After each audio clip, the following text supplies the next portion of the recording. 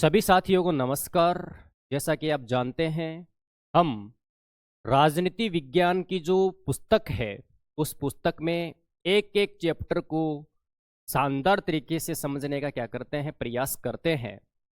मैंने अभी तक के स्वतंत्र भारत के समक्ष जो चुनौतियां थी उसका चैप्टर जो है उसको बखूबी ढंग से समझाने का प्रयास किया है।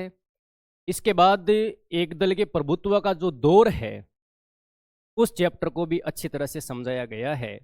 इसके साथ साथ दो ध्रुवीयता का अंत यानी राजनीति विज्ञान जो है उसमें दो महत्वपूर्ण किताबें हैं। उन दोनों किताबों को अपन जैसे एक किताब जो है उसके दो चैप्टर अपन ने कंप्लीट कर लिए, दूसरी जो किताब है समकालीन विश्व की राजनीति उसका अपन ने एक चैप्टर कंप्लीट कर लिया।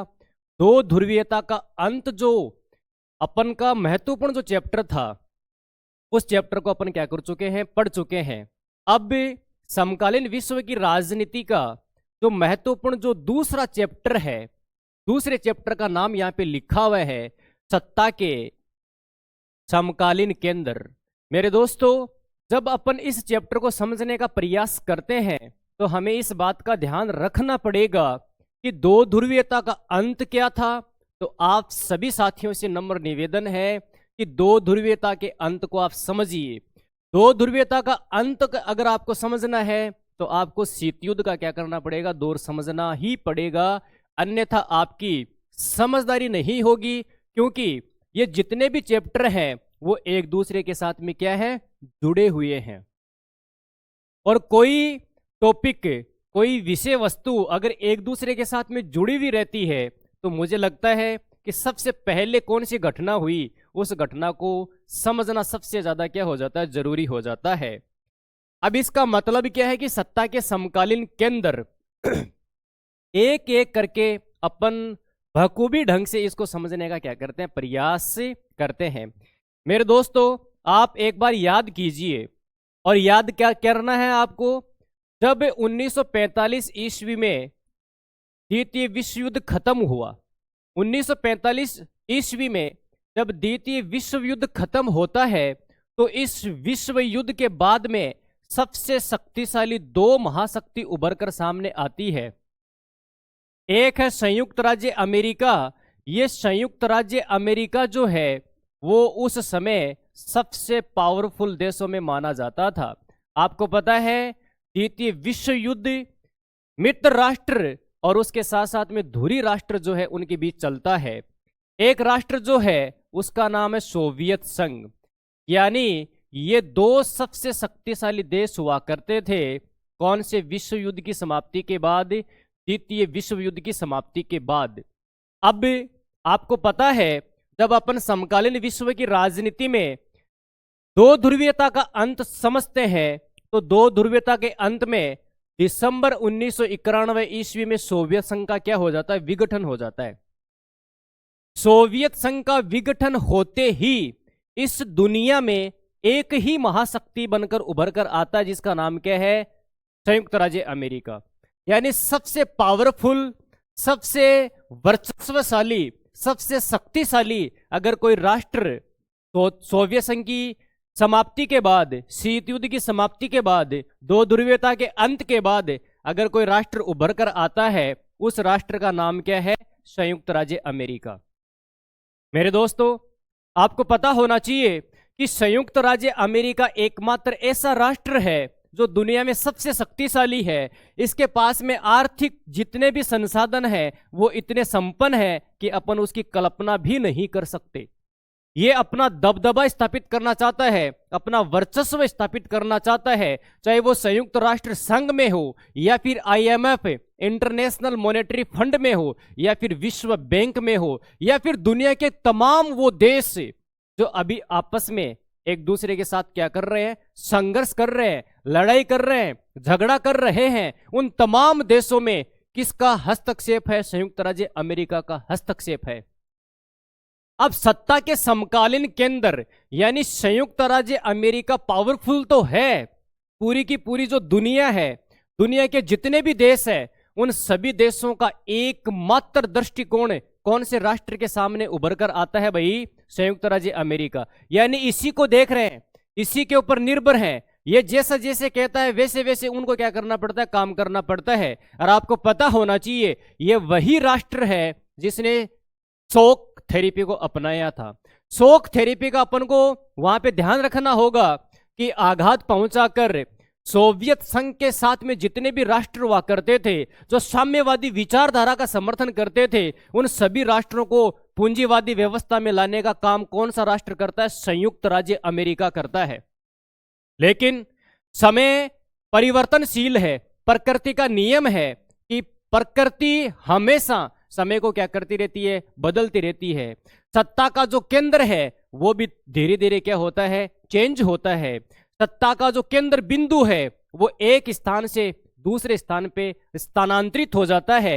अब उस पाठ में हमें यह समझना है कि सत्ता के जो केंद्र है वो धीरे धीरे अमेरिका से हटकर दूसरे क्षेत्रों में जाने लग गए। इसका मतलब यह हुआ कि दुनिया के जो अन्य राष्ट्र है वो अब केवल और केवल संयुक्त राज्य अमेरिका के ऊपर ही क्या नहीं रहेंगे?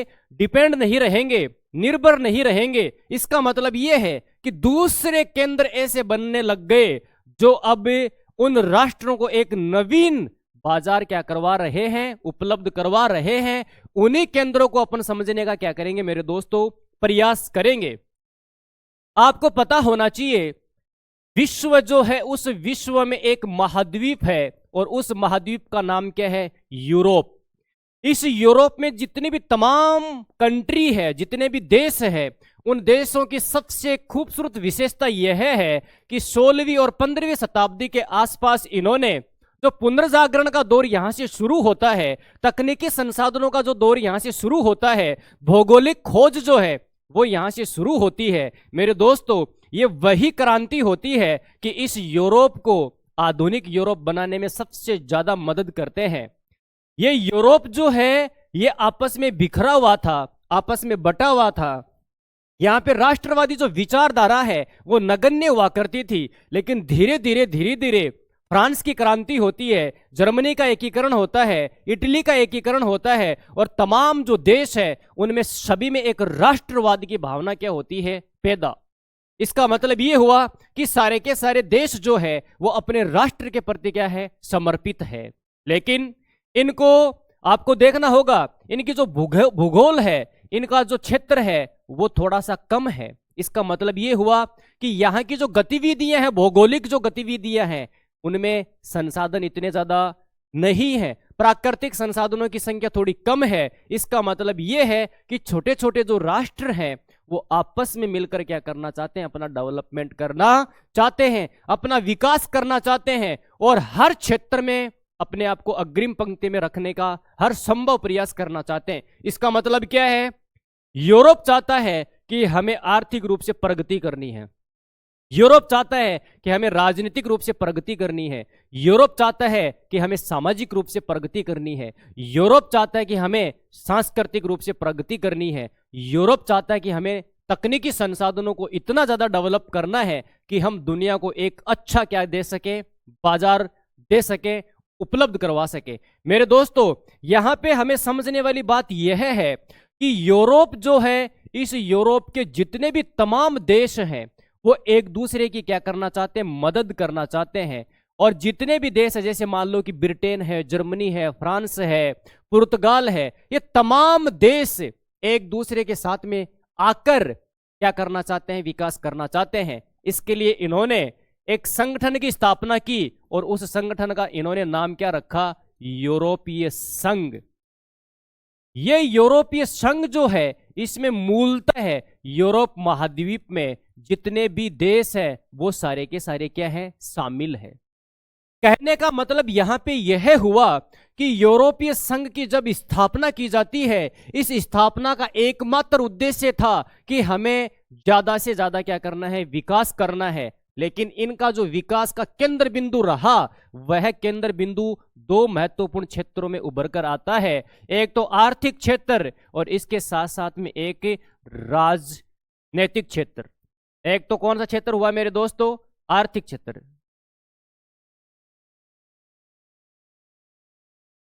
और एक कौन सा क्षेत्र?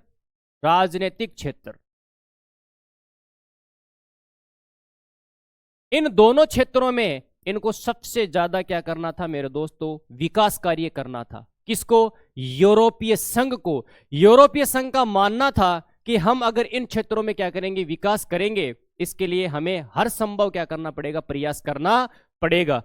आर्थिक क्षेत्र और राजनीतिक क्षेत्र में विकास करने के लिए इन्होंने बहुत सारे संघर्ष किए, बहुत सारा प्रयास किया, बहुत सारा स्ट्रगल किया, बहुत सारी इन्होंने क्या की, मेहनत की, और धीरे धीरे ये क्या करते हैं मेरे दोस्तों, प्रगति करते हैं। इसके लिए इन्होंने सबसे पहले अपनी एक मुद्रा को चुनने का प्रयास किया। क्या? इनकी एक ही मुद्रा होगी, और उस मुद्रा का नाम इन्होंने क्या रखा, यूरो रखा मेरे दोस्तों। यूरोपीय संघ जो है इसका महत्वपूर्ण एक क्या है, झंडा है, यानी इसके पास में स्वयं का एक झंडा भी आपको देखने को मिलेगा। इस यूरोपीय संघ की सबसे बड़ी खूबसूरत विशेषता यह रही कि यहां पर एक देश है और उस देश का नाम है फ्रांस, और यह फ्रांस जो है वो सुरक्षा परिषद में सबसे ज्यादा महत्वपूर्ण अपना स्थान रखता है, क्योंकि ये जो फ्रांस है सुरक्षा परिषद में स्थायी सदस्य है। इसका तात्पर्य यह हुआ कि जो यूएनओ है, इस यूएनओ में टोटल 193 सदस्य देश हैं। संयुक्त राष्ट्र संघ में, संयुक्त राष्ट्र संघ की एक एजेंसी मान सकते हो या फिर एक अंग मान सकते हो, और उसमें एक है सुरक्षा परिषद। सुरक्षा परिषद में 15 टोटल सदस्य हैं, जिनमें से 5 सदस्य स्थायी है और जो 10 सदस्य हैं वो अस्थायी है। उन 5 स्थायी सदस्यों के पास में वीटो पावर है, और उन 5 सदस्यों में से एक फ्रांस है जो यूरोपीय संघ का महत्वपूर्ण क्या बनता है मेरे दोस्तों, सदस्य बनता है। इसका मतलब ये हुआ कि जब भी यूरोपीय संघ से संबंधित किसी भी प्रकार का कोई फैसला लिया जाएगा तो यूएनओ में फ्रांस उसकी क्या करेगा, पैरवी करेगा, फ्रांस उस चीज का समर्थन करेगा, या फिर कोई गलत फैसला है तो फ्रांस उसका क्या करेगा, विरोध करेगा। हमें यह समझना है कि अब धीरे धीरे अमेरिका को चुनौती देने लग गया कौन, यूरोपीय संघ।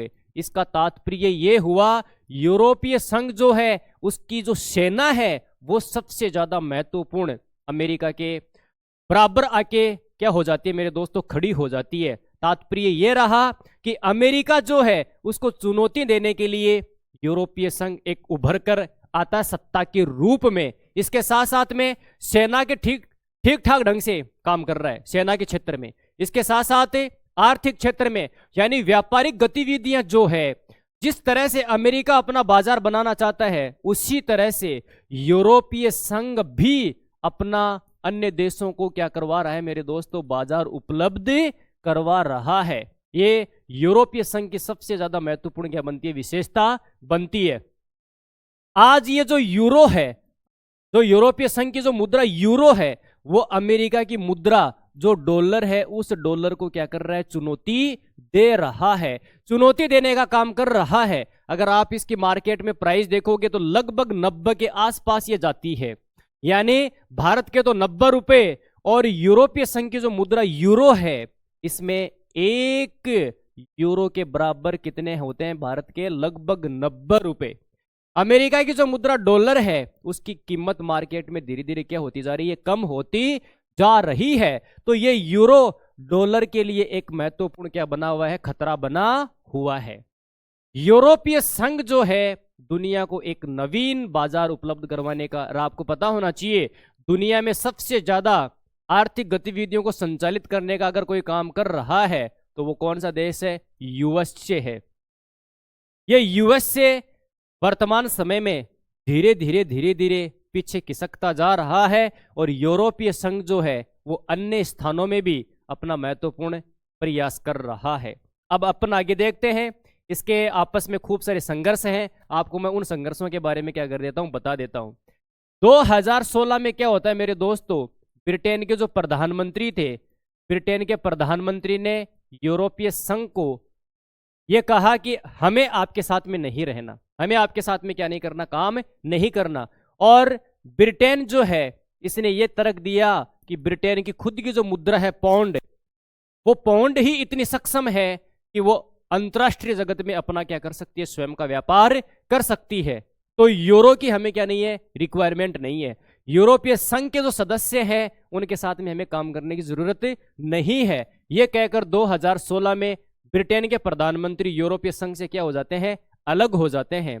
इसके साथ साथ में यूरोप के कुछ छोटे मोटे देश हैं, वो यूरो को अपना महत्वपूर्ण विकास कार्यों में मुद्रा को नहीं मानते, यानी वो अपनी ही मुद्रा को संचालित करने का क्या करते हैं, प्रयास करते हैं। इसका तात्पर्य यह हुआ कि आपस में थोड़ा बहुत इनके बीच में क्या चलता रहता है, संघर्ष चलता रहता है। लेकिन हमें इस बात का ध्यान रखना है कि अमेरिका को चुनौती देने के लिए, संयुक्त राज्य अमेरिका को मुकाबला करने के लिए ये यूरोपीय संघ एक महत्वपूर्ण सत्ता के केंद्र में उभर कर सामने आ रहा है। अब मेरे दोस्तों, सत्ता का जो केंद्र है उसमें अपन समझने का प्रयास करते हैं आगे, किसको, आसियान को।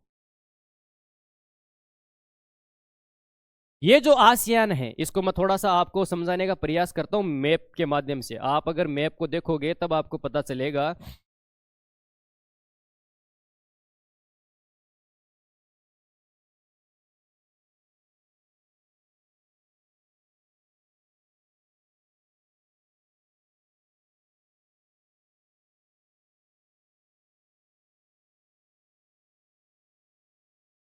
आसियान का मतलब क्या है, आसियान की फुल फॉर्म क्या है, ये अपन को क्या करना है, समझना है। आसियान का तात्पर्य क्या है, आसियान की स्थापना क्यों की गई, ये तमाम जो जानकारियां हैं अगर अपन इस मैप के माध्यम से समझने का थोड़ा सा प्रयास करते हैं तो आपको बहुत ही ज़्यादा समझने में आसानी होगी।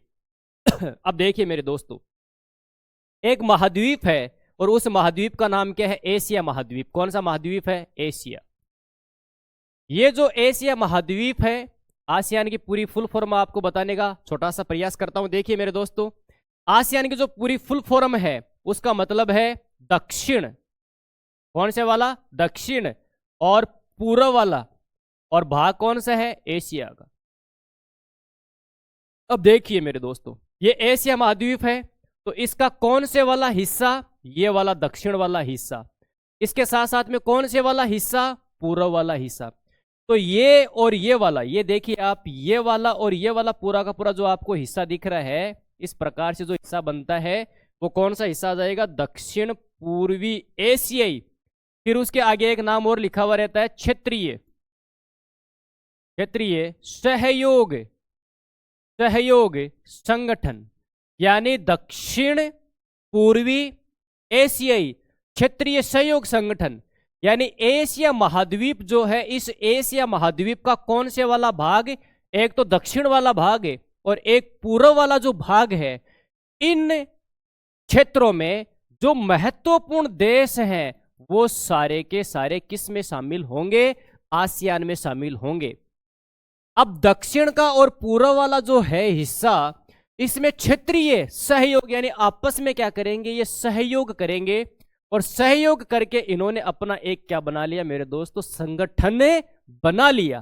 किसने बनाया, आसियान ने बनाया। अब मेरे दोस्त अपन इस चीज को समझने का थोड़ा सा और प्रयास करते हैं। अब देखिए, सबसे पहले इस आसियान में कौन कौन से देशों को क्या किया गया, शामिल किया गया। ये इधर थोड़ा सा इधर कर देते हैं। अब देखिए, आसियान की फुल फॉर्म क्या है मेरे दोस्तों, दक्षिण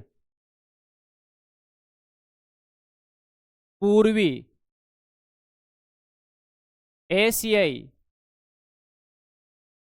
क्षेत्रीय सहयोग संगठन। मैंने आपको ये बता दिया, आसियान का कौन सा वाला हिस्सा, एशिया का कौन सा हिस्सा, दक्षिण वाला और पूर्व वाला। इसमें दक्षिण और पूर्वी एशिया मतलब एशिया महाद्वीप, क्षेत्रीय का मतलब आपस में जो छोटे छोटे देश हैं सहयोग करेंगे। इनके लिए इन्होंने क्या बनाया, अपना महत्वपूर्ण संगठन बनाया। इस संगठन की इन्होंने स्थापना की सन 1967 ईस्वी में। देखिए, सत्ता का समकालीन जो केंद्र है वो पहले अमेरिका था, लेकिन दूसरे नंबर पे कौन आने लग गया, यूरोपीय संघ आने लग गया। फिर उसके बाद में यूरोपीय संघ तो महत्वपूर्ण अपनी भूमिका निभा रहा है, अब कौन आने लग गया, तीसरा आने लग गया, जिसका नाम क्या है, आसियान। आसियान की स्थापना 1967 ईस्वी में की जाती है और सन 1967 ईस्वी में महत्वपूर्ण 5 राष्ट्र हुआ करते थे। इन 5 राष्ट्रों ने मिलकर आसियान की क्या की मेरे दोस्तों, स्थापना की। इसमें सबसे पहला महत्वपूर्ण देश कौन सा है? इंडोनेशिया। कौन सा देश है? इंडोनेशिया। उसके बाद में आपको देश मिलेगा सिंगापुर। यह सिंगापुर भी महत्वपूर्ण देश है। इसके बाद में एक देश मिलेगा फिलीपींस। यह भी एक महत्वपूर्ण देश इसकी स्थापना में है। इसके बाद में आपको एक देश मिलेगा चौथा, थाईलैंड। हमें आ रहा है ना? अब देखिए मेरे दोस्तों, एक देश इसमें आप यहां पे और ढूंढिए, ढूंढने का आप प्रयास कीजिए मेरे दोस्तों। देखिए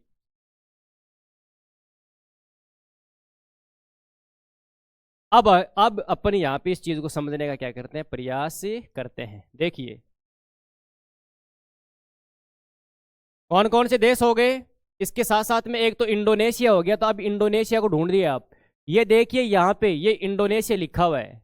कौन सा देश लिखा हुआ है? ये इंडोनेशिया लिखा हुआ है। ये देखिए ये यहाँ पे ये इंडोनेशिया है। समझ में आ गया? फिर उसके बाद में आपको यहाँ पे एक देश देखने को मिलेगा जिसका नाम क्या है? थाईलैंड। थोड़ा सा मैं वापस मिटा देता हूँ ताकि आपको अच्छी तरह से समझ में ये वाला तो इंडोनेशिया, ये वाला फिलीपींस, और ये वाला वियतनाम, ये कंबोडिया, ये थाईलैंड, ये लाओस, ये बर्मा, और इसके साथ साथ में ये मलेशिया। कौन सा देश है? मलेशिया। तो इसमें आपको यहां पे ध्यान रखना यह है कि जो महत्वपूर्ण पांचवा देश है वो कौन सा देश है भाई? मलेशिया। कौन सा देश है? मलेशिया। तो ये यहां पे मैं लिख देता हूं, मलेशिया। ये 5 महत्वपूर्ण इसके संस्थापक सदस्यों में शामिल थे। आसियान की जब स्थापना की जाती है सन 1967 ईस्वी में, 1967 ईस्वी में इंडोनेशिया, सिंगापुर, फिलीपींस, थाईलैंड और मलेशिया, ये 5 राष्ट्र सबसे महत्वपूर्ण थे। लेकिन इसकी सदस्य संख्या जो है वो देखते देखते क्या होती गई मेरे दोस्तों? बढ़ती गई। और इसकी सदस्य संख्या कितनी हो गई? 10 हो गई। अब ये जो सदस्य संख्या 10 है उसमें अलग जो राष्ट्र उभर कर आते हैं, जैसे छठवां देश अगर अपन देखें तो एक देश आ गया वियतनाम। 7वां देश अगर अपन देखें तो कौन सा देश आ गया? ब्रुनेई। 8वां देश अगर अपन देखें तो लाओस। 9वां अगर अपन देश देखें तो कंबोडिया। आपको पता होना चाहिए वही कंबोडिया है जिसमें विष्णु भगवान का सबसे बड़ा मंदिर यहां पे इस कंबोडिया में आपको देखने को मिलेगा। वियतनाम हो गया, ब्रुनेई हो गया, लाओस हो गया, कंबोडिया हो गया, और एक और देश कौन सा है भाई? यहां पे देख लेते हैं एक देश और कौन सा है।